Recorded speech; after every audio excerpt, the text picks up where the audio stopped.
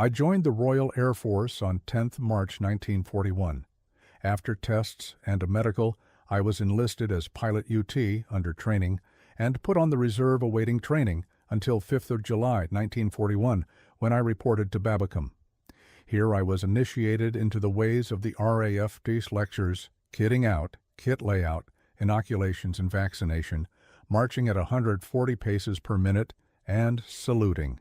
7 days later I was posted to No. 2 ITW, Cambridge. There was more marching, this time at 160 paces per minute, aircraft recognition lectures, mathematics, navigation, and Morse code, 8 words per minute. Physical training kept everyone here busy until halfway through the course, when we were suddenly promoted to leading aircraftmen and posted to Gourock.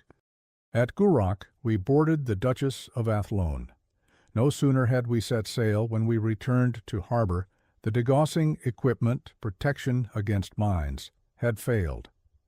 We went by train to Wilmslow and were sent on leave, our first since joining up. We had hardly arrived home before we received a telegram instructing us to return to Wilmslow. Here I learned that I had been selected for flying training in America. Back to Scotland again, this time to embark on the Strathaden. We set out in convoy, but after 2 days left the convoy and proceeded at full speed to St. John's, Newfoundland. During the voyage we had a boat drill, wearing life belts, and were somewhat miffed to see the long-haired boys, University Air Squadron recruits, wearing their own Mae Wests, life vests. Little did I know at the time that much later I would have one of these as my navigator and best friend. From St. John's we went to Toronto. This was a short stay while we were kitted out with gray suits, as we were to travel to America as civilian aeronautical students. America at that time was a neutral. It was before Pearl Harbor. Some of us took time out to hitchhike to Niagara Falls before the long train journey to Georgia. It was a slow journey of about 5 days, and at each stop we were welcomed with fruit and cookies and inquires about the old country, so much for our disguise as civilians. We arrived at Dar Aerotech, Albany, Georgia, a civilian flying school taken over by the U.S. Army Air Corps, on 2nd of October, some 2 months before Pearl Harbor. On base we wore khaki shirts and slacks and were treated like West Point U.S. cadets, but on excursions into town we wore our civilian clothes. Probably our first impression of U.S. Army Air Corps life was the food. We soon learned to appreciate Southern fried chicken, French fries, pumpkin pie, peaches, and pecans, but the iced tea was not for me. It took a bit of getting used to eating square meals, fork up vertically, then horizontally to mouth, and wearing flying goggles around the neck at all times, except when eating grapefruit, when they were worn over the eyes. Goggles were no longer worn once we had flown solo. Perhaps the first thing we noticed after gazing with awe at the Stearman aircraft on the line were the names of the civilian flying instructors: Goethe, Schmidt, Burkhalter, Fries, Haut, and Schellenberger. It was a bit of a shock to meet so many Germanic names, but despite their names, they were third and fourth generation Americans. I was lucky enough to be assigned to the most patient and understanding of all instructors, Mr. J. E. Nill. Nothing will ever surpass the first flight I made on 6th of October, 1941. Dressed for the first time in overalls, helmet, and goggles, I sat in the rear seat and bumped across the grass until the aircraft suddenly stopped bumping, and we had left the ground behind. 35 minutes of ecstasy until we touched down. Apart from a feeling of euphoria, I was left with the conviction that I would never master the art of flying this machine. How nearly right I was. I managed to fly solo after about 10 hours dual instruction, but I must have driven my instructor to near distraction. I was so ham-fisted that he was forced to put me up for a progress check, a misnomer if there ever was one, since it was for lack of progress. The flight commander, G.W. Kimball, decided that maybe I would eventually make it and return me to Mr. Nitsturt for further instruction. This was obviously a good decision as I passed the Flight Commander 20-hour and 40-hour checks with no further problems, and also the Army 60-hour with Lieutenant Bryce. Early in the course, we had the only fatality during our time at DAR. A student who had recently soloed took off and climbed, colliding with a dual aircraft ahead of him. The instructor and the pupil in the dual aircraft survived without serious injury, but the solo student crashed and caught fire. This event cast its shadow over us, and we attended our first military funeral, which was held at St. Paul's Church in Albany. The flying instruction was first class, and all flying was done by flying with the seat of your pants. In other words, without airspeed indicator. Everything was judged by the feel. Loops, slow rolls, flick rolls, and other aerobatics were used to make us feel at one with the ship, as the Americans called the aircraft. Ground school instruction alternated with the flying, and Mr. A.L. Clark introduced us to the mysteries of the theory of flight. His mildly Southern accent was pleasant to the ear, and we enjoyed his lectures. They were delivered with touches of humor to enliven what could have been a boring subject. Mr. H.D. Goodman, nicknamed Benny, taught meteorology. He was in his element when a hurricane hit DAR. He knew it was coming and was able to forecast its arrival with great accuracy. Most of us had never experienced such a phenomena before and were somewhat amused by the apparent panic to get the aircraft into the hangars and everything else movable tied down. Watching from the comfort and safety of our barracks, we were impressed by the ferocity of the wind, the deluge of rain, and the sudden calm in the middle as the eye of the hurricane passed directly overhead. A most impressive meteorology lesson. The chief ground instructor, L.R. Johnson, irreverently known to all as Grandma due to his age and appearance, introduced us to multiple-choice type questions. Some of the wrong answers kept us amused for days. Thanksgiving Day in November was a new experience, and we enjoyed the turkey and cranberry sauce with all the trimmings.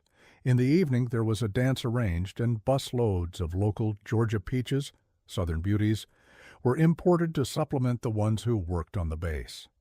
I think our dancing was rather staid by American standards, but the girls soon introduced us to jitterbugging, and some of the more agile and extrovert cadets performed quite creditably under their tuition. Having seen American football at the stadium, a number of cadets conceived the idea of staging a British rugby football match. 2 teams of cadets met at the stadium on the 7th of December and impressed the locals, who were particularly surprised that the players wore no helmets or protective padding for such a physical game. After the game, the public address system brought the news of the Japanese attack on Pearl Harbor. This brought the entry of America into the war, and it brought a change in regime. From now on, we wore RAF uniform, and security was increased, as was the tempo of our training. By the 11th December 1941, the 45% of us who had survived the rigorous course and completed our 60 hours flying in the Stearman aircraft left DAR to start the next stage of our training at Cochrane Field, Macon. The excitement and anticipation was tinged with regret at leaving the town where we had been introduced to the American way of life. We had received such a warm welcome and experienced Southern hospitality, the memory of which has not faded even after all these years. Having completed our primary training, we moved to Cochrane Field, Macon, to start our service flying training with U.S. Army instructors on Vultee BT-13A aircraft. Having learned how to fly, we now had to apply our skill and knowledge to service requirements. The Vultee was a monoplane with fixed undercarriage and 2-speed propeller. It also had some flying instruments, airspeed indicator, altimeter, compass, needle and ball indicator, but no artificial horizon. We practiced blind flying on instruments, aerobatics, formation flying, night flying, and day and night cross countries. There was some excitement on one solo flight. The elevator bush jammed, and I had to control the aircraft for landing on the trimming tab only. The course was very intensive. Reveille at 6 a.m., breakfast at 7 a.m., flying or ground school from 8 a.m., a brief break for lunch, and then working until about 6 p.m. After the evening meal, there were often further lectures. We flew up until the 24th of December, had Christmas Day off, and restarted flying again on Boxing Day. We got 1 weekend leave, which we spent in Atlanta.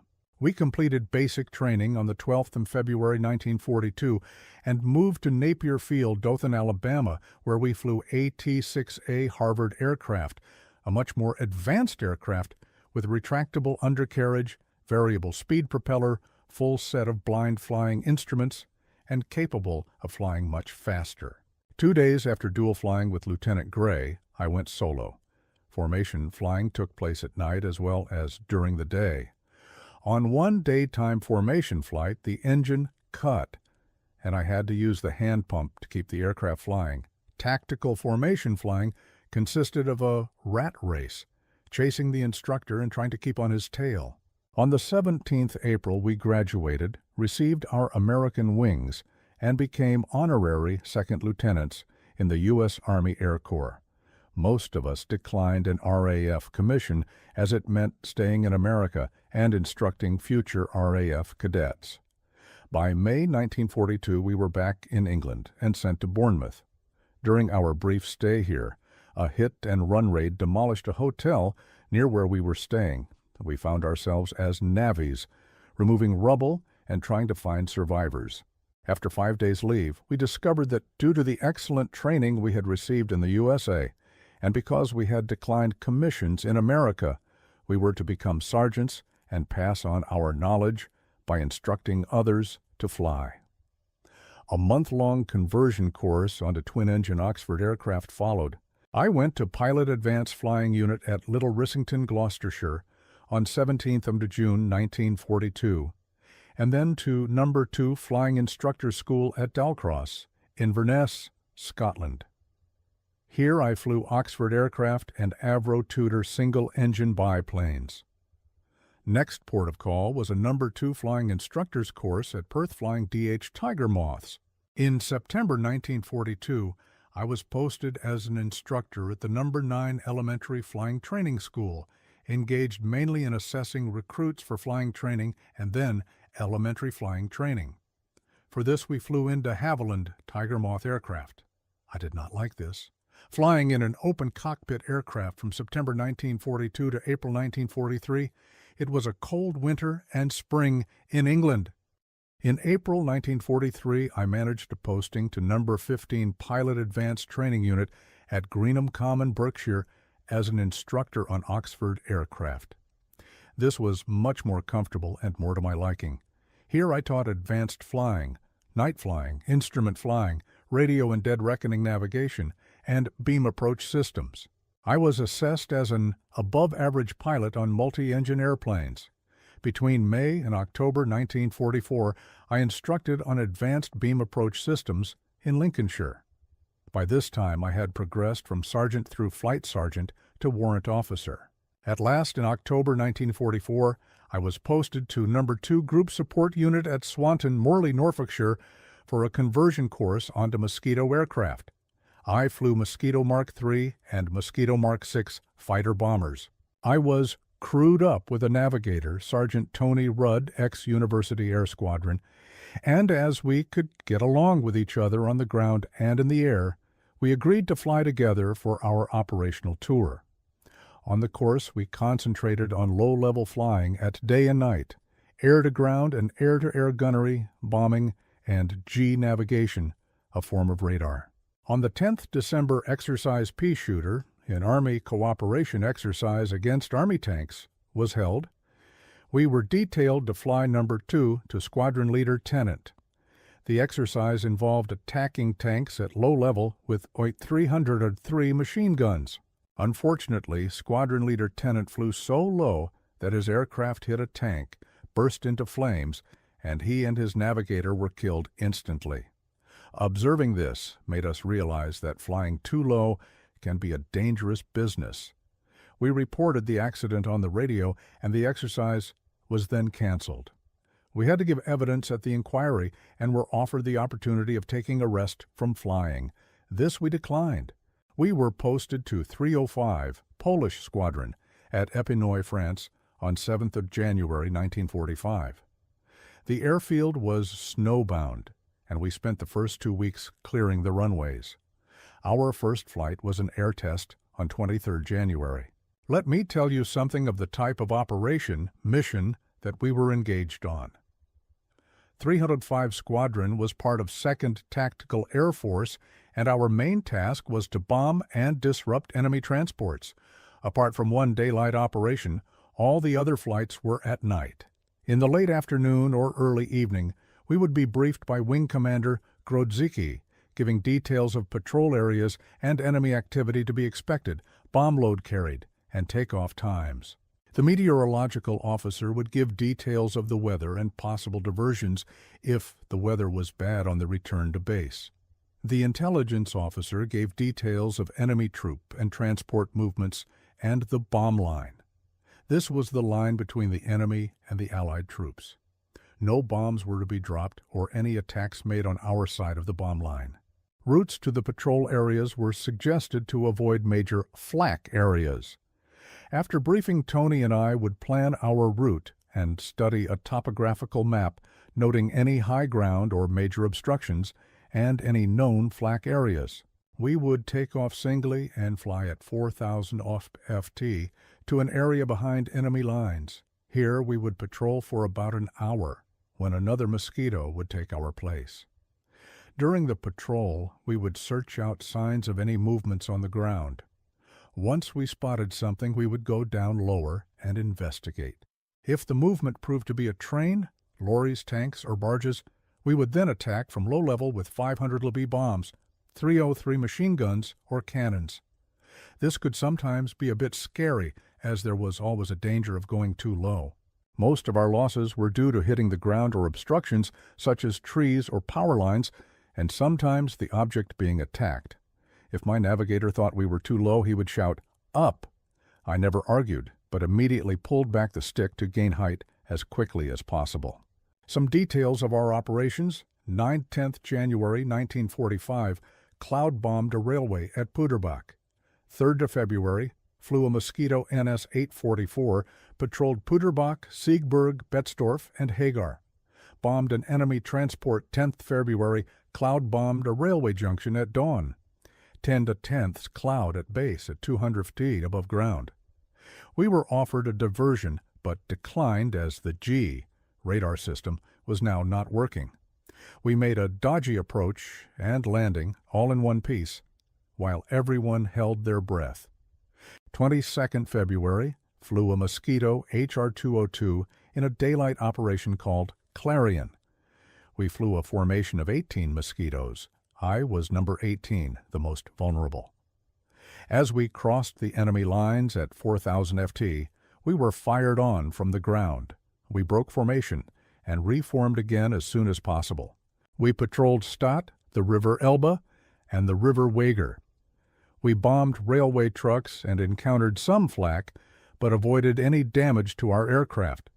We left the area flying formation on W.O. Smith, who flew over a German gun emplacement and was hit, crashing to the ground in flames.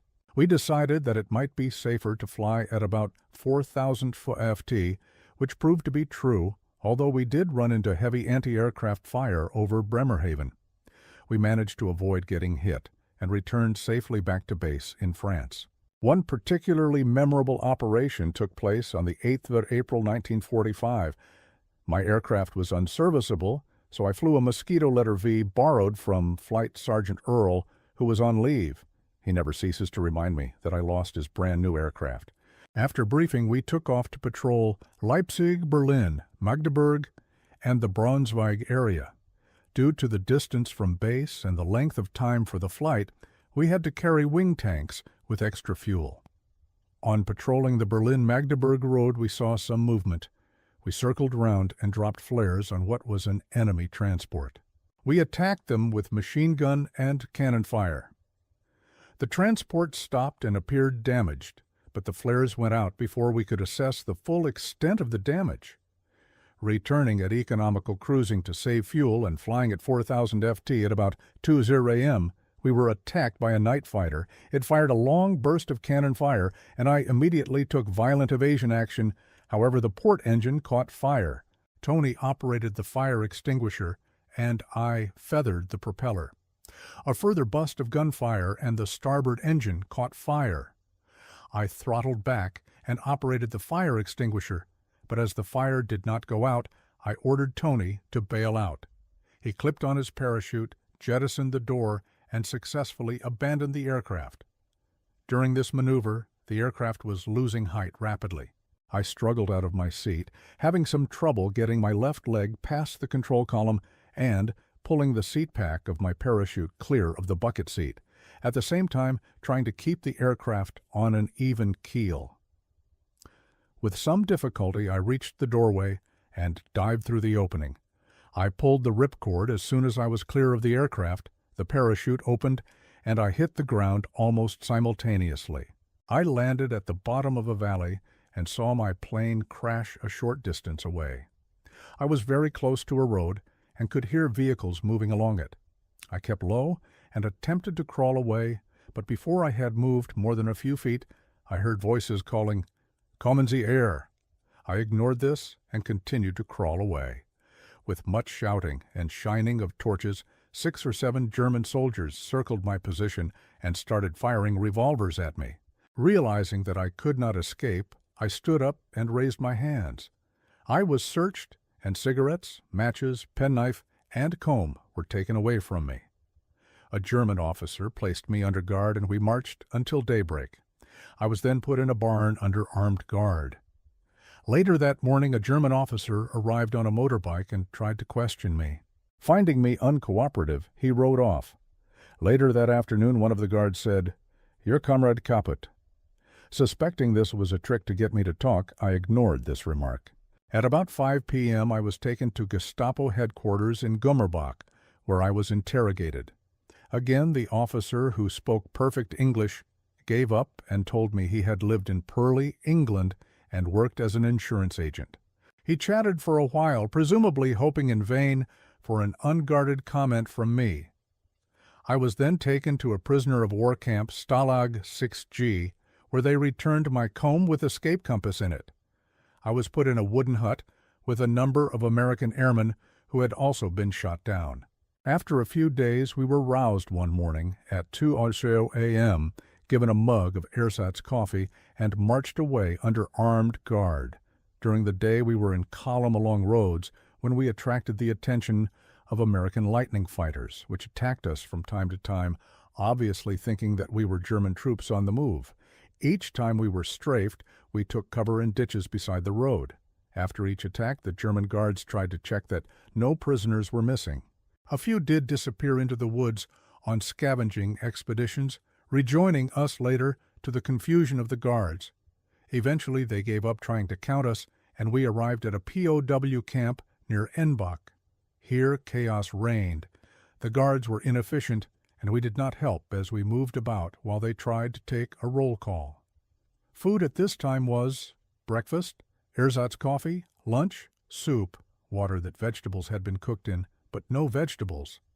Supper, black bread and margarine.